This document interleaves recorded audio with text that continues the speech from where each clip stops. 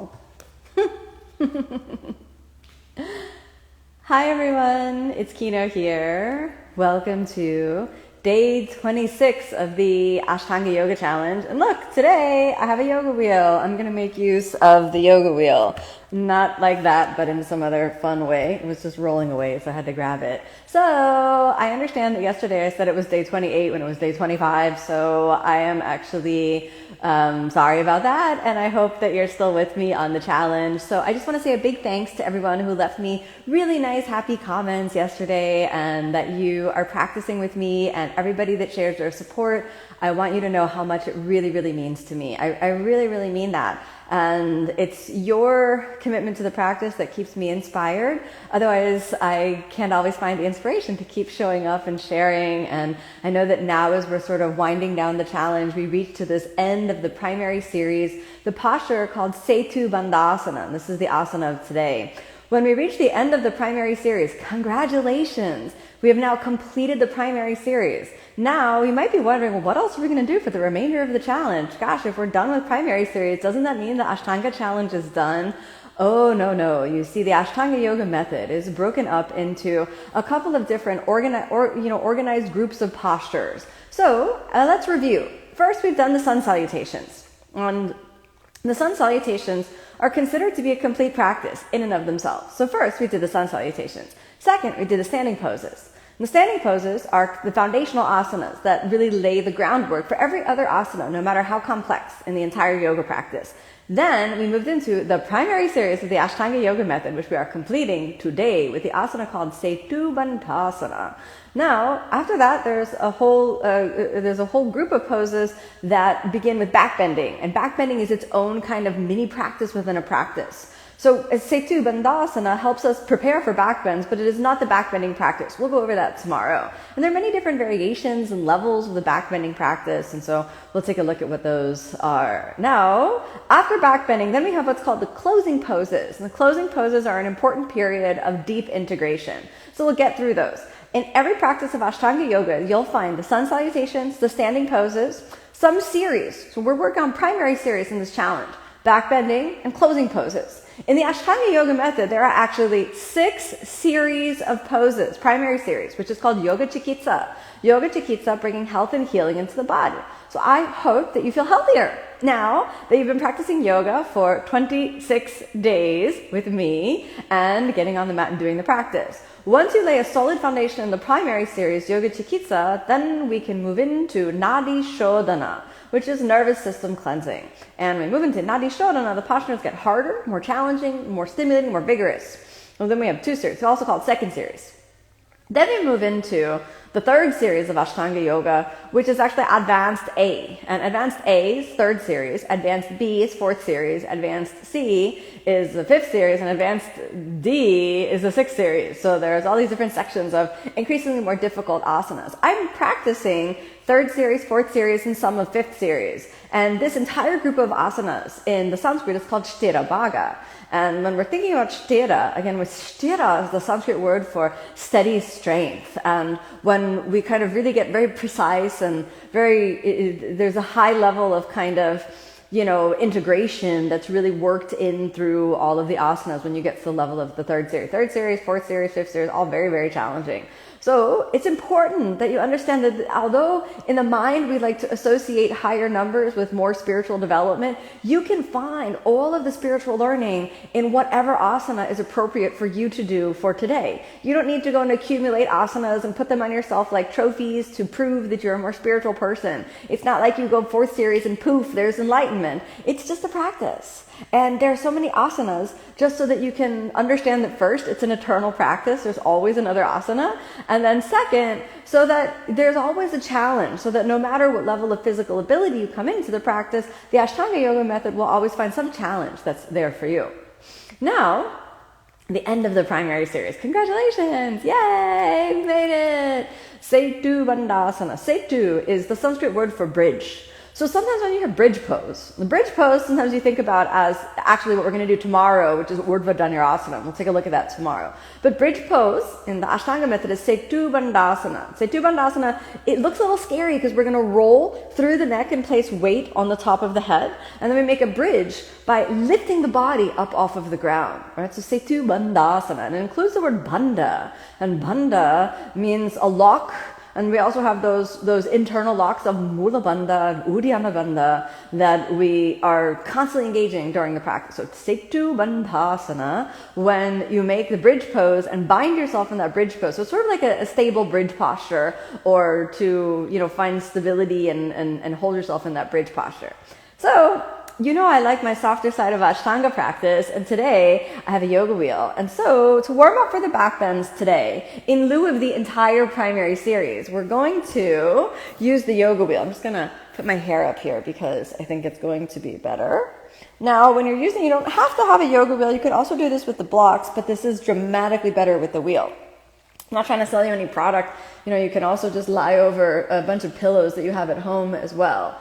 So if I set the yoga wheel up at the very base of the spine and then lift the spine over, bending the knees, and then drop the pelvis down, now I can access the center of the sort of center of the spine, where the rib cage lifts away from the hips. Then if I roll back and place the head on the ground, this is a very similar position to where you want to end up in Setu Bandhasana. So if this feels a little bit intense, then you want to start in a little bit of the lower position and work your back bend kind of from here. So you can lift your chest over, drop the hips, and then extend the arms. And let's try to stay here for 5 breaths, okay? 1, 2, this is of course a great warm-up for any back bending. 3, 4, 5. Now let's do that roll. So just straighten the legs and aim the top of the head towards the ground.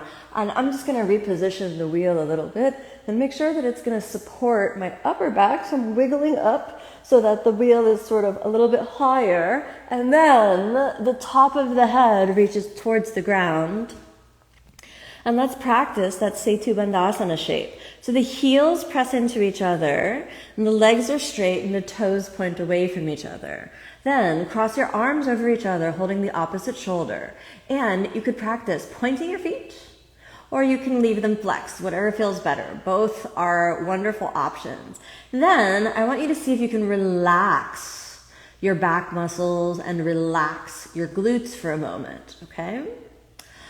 And let's hold this for 5. And so this is probably the most relaxing Setu Bandhasana we'll ever do. So let's stay for 5. 1, 2,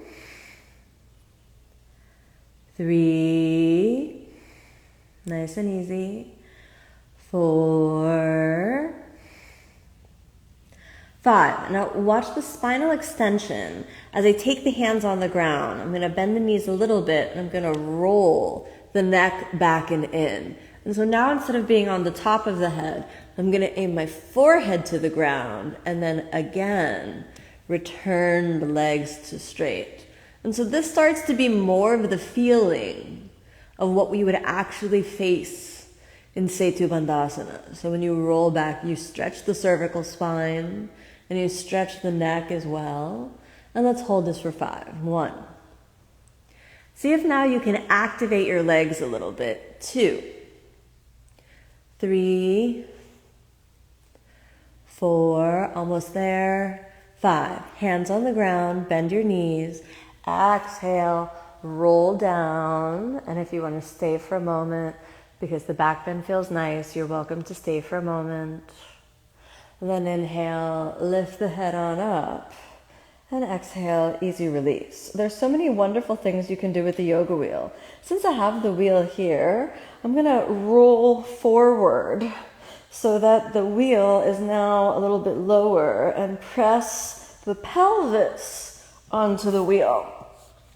So this is another version of the bridge posture, except now I'm not actually on my neck, which is what we would traditionally do in Setu Bandhasana. So if you feel that the front of the pelvis is very stiff, this is a wonderful tool to help open the front of the pelvis. However, you could use a bigger wheel if you wanted to replicate that feeling in the neck. But by placing the wheel underneath the sacrum, you can now begin to release the front of the hip a little bit more.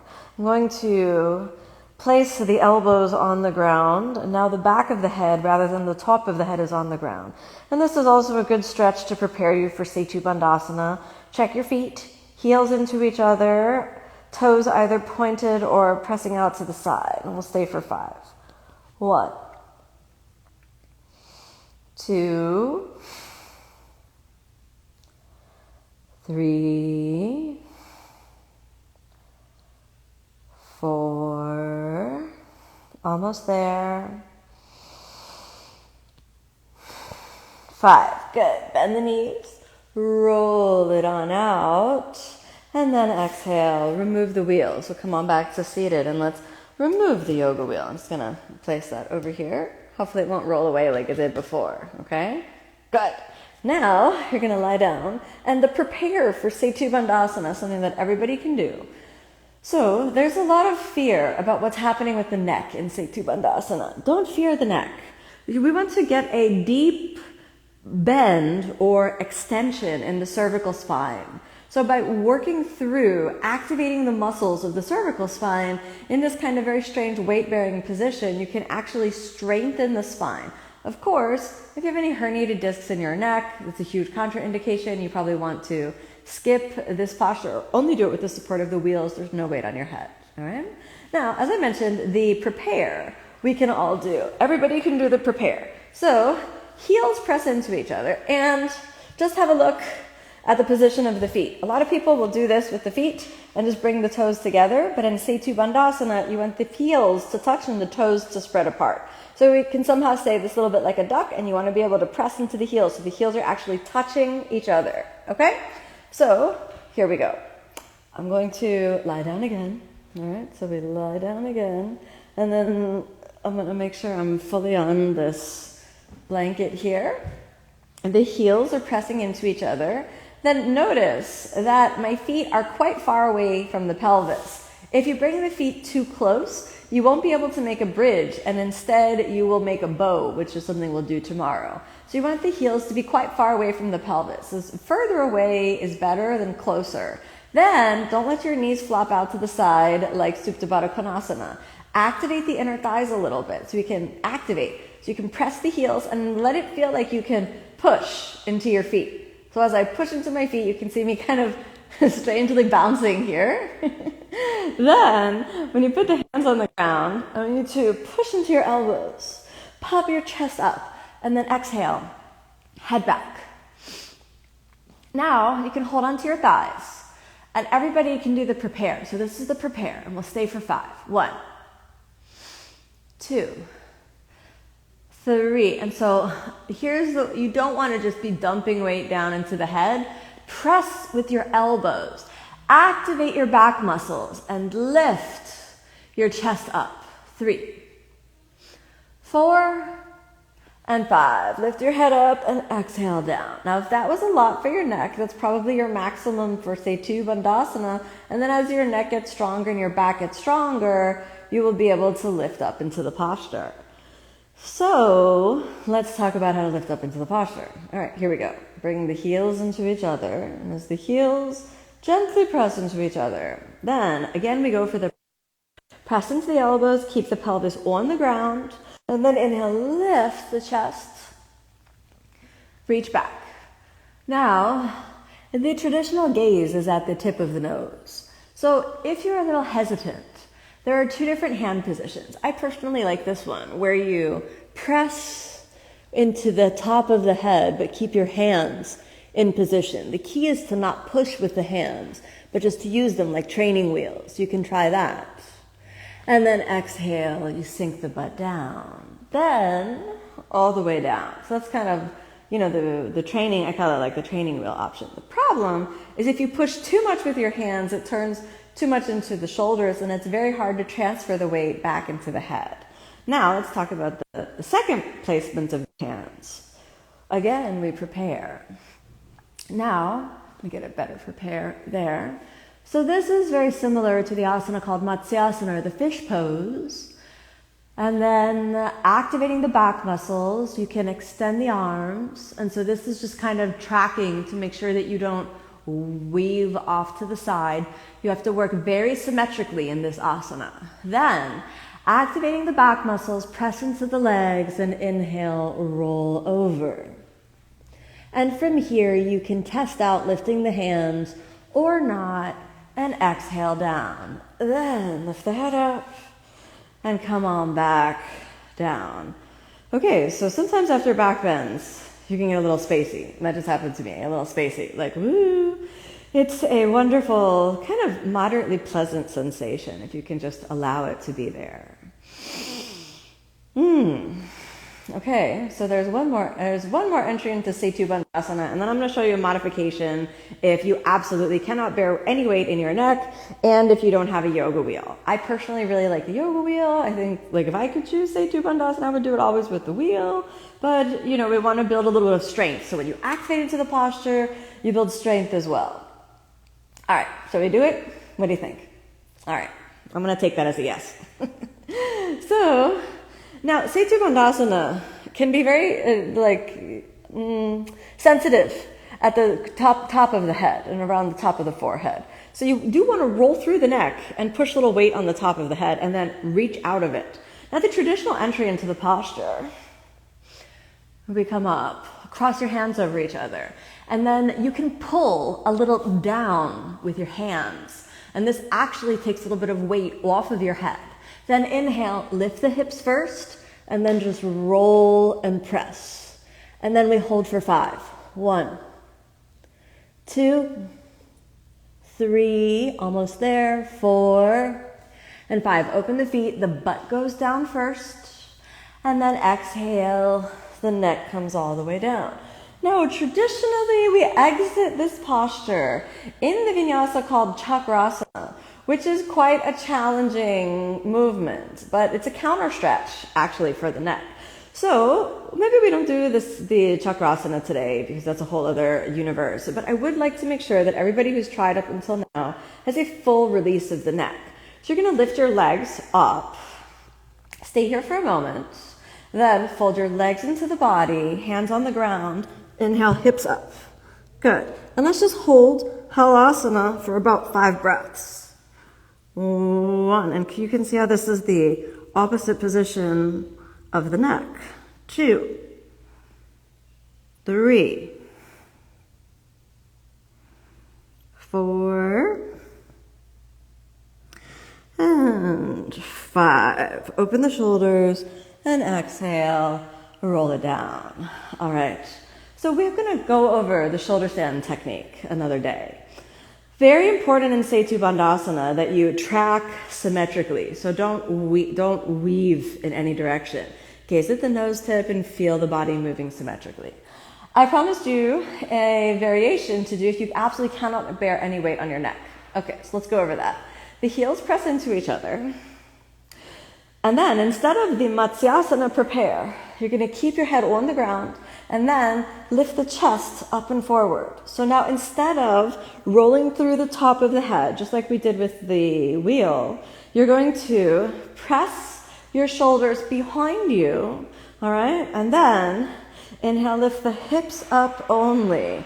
And then you're going to slide through the shoulders. And from here, you can interlock or you can assist your bridge pose by placing the hands underneath the pelvis. And then we can hold this for, let's do 5 breaths.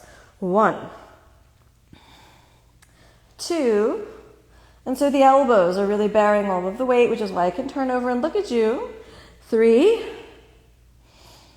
4, and 5. Bend the knees, and then exhale, come on down.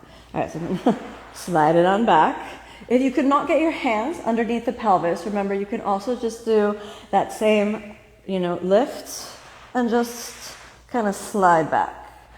The only thing that's very helpful is if you have a yoga mat or something that's not going to slide, like this cozy blanket underneath. So let's bend the knees, and even that was quite deep on the pelvis, so I want you to draw the knees into the chest.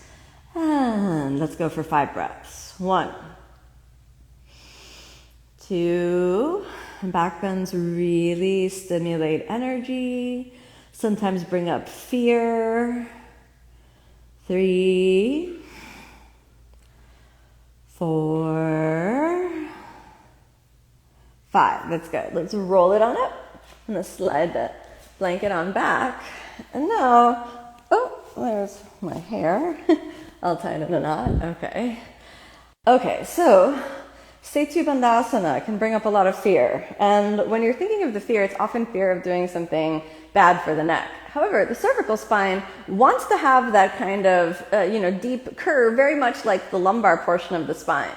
So the cervical spine is a mirror image of the lumbar spine. And postures like Setu Bandhasana, if performed with and practiced regularly with consciousness and with awareness, will actually help support the neck over time, not like instantaneously. But you can actually build back your cervical spine curve by practicing postures like Setu Bandhasana. Having a strong, healthy neck means so much in terms of your freedom, in terms of your ability to just feel the healthy postural position and feel a good flow of energy in the spine. So take a moment and feel the impact of Setu Bandhasana, and hopefully you are able to feel, again, a nice traction through each joint of the cervical spine so that you can really feel a healthy bend, never a compression. And so this is important to think about when you're thinking about flexibility postures, is that you're never really just going to be able to just snap your fingers and do it. I mean, unless you're born just maybe able to do that posture. Most of us, myself included, are going to have to work methodically. This version, then this version, then this version, then this version, then this version, and then slowly over time, the strength and the flexibility really start to be expressed. But if you rush the journey and you try to make it happen too quickly, then the body can really start to suffer. So my advice to you is be very patient and kind with yourself and stay with it for the long journey. This is the end of the primary series. So take a moment and just congratulate yourself. Congratulations. Yay! No matter if I jumped off the challenge, if I'm just joining now, I've made it to the end of primary series. This is a lifelong practice. So I intend this 30-day journey to guide you progressively into the Ashtanga Yoga method, giving you just enough inspiration to keep coming back to the mat over and over and over again. The real impact of the practice is felt inside your heart, and then it expands outward, bringing more peace and more happiness into every moment of your life. So remember that. And my friends, keep practicing, keep practicing, keep practicing. Thanks so much for tuning in today. I send you a lot of love, and I will see you tomorrow for even more back bends. Namaste.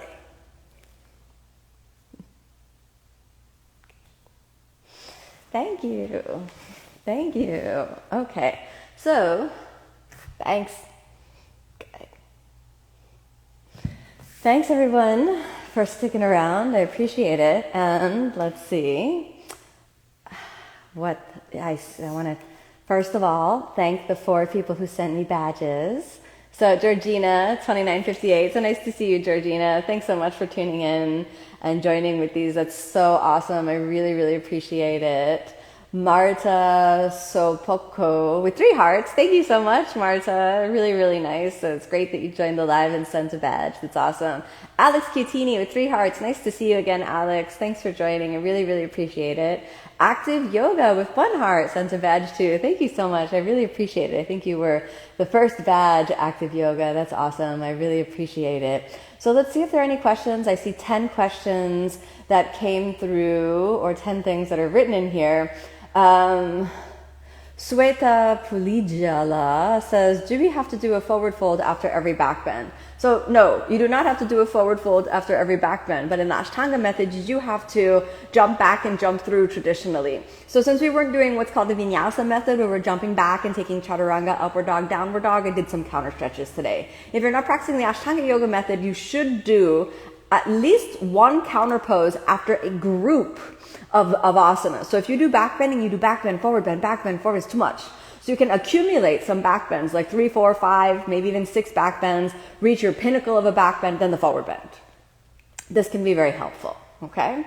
I see that Alex had a question, so let me just scroll back and see Alex's question. Hi, Alex. Thanks for sticking on. And you got a question. Have you ever injured yourself in a pose and then developed an aversion to try that pose again? If so, what pose and what did you do to overcome it? First of all, most of my injuries have come not in my yoga practice, but in the very dangerous thing called life, and sometimes actually teaching yoga. So one time, I can think of numerous injuries that came from teaching yoga. And so I think anytime you have a pain that has arisen, then you do get a little bit of an aversion towards it. And what I really recommend if the injury came from a yoga asana, let me think about one that came from actual practice. Oh, chakrasana, the backwards roll that I mentioned today. I was really distracted one time while doing chakrasana, and instead of rolling straight, I rolled off to the side. So it took me a long time to be able to do that asana again. And first I had to wait for the body to heal.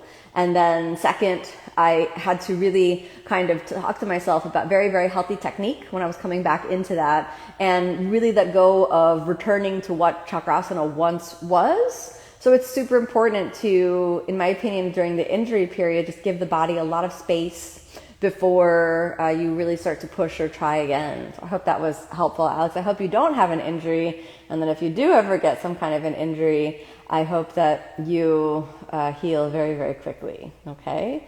So, Natalie Baird has a question. In Marichasana C, I overstretched my shoulder on the top. How do I address the overstretch? I backed off today. So I would imagine you probably have overstretched maybe up here around the deltoid region. So usually when we overstretch a posture, like Marichasana C is this, so if we go back to that, whenever we overstretch, we usually hike the shoulder up to go around. So remember, I think we talked about this, that whenever you're going for a bind, you are going to internally rotate, but try not to hike the shoulder up. So in Marichasana C, you want to start off again like this.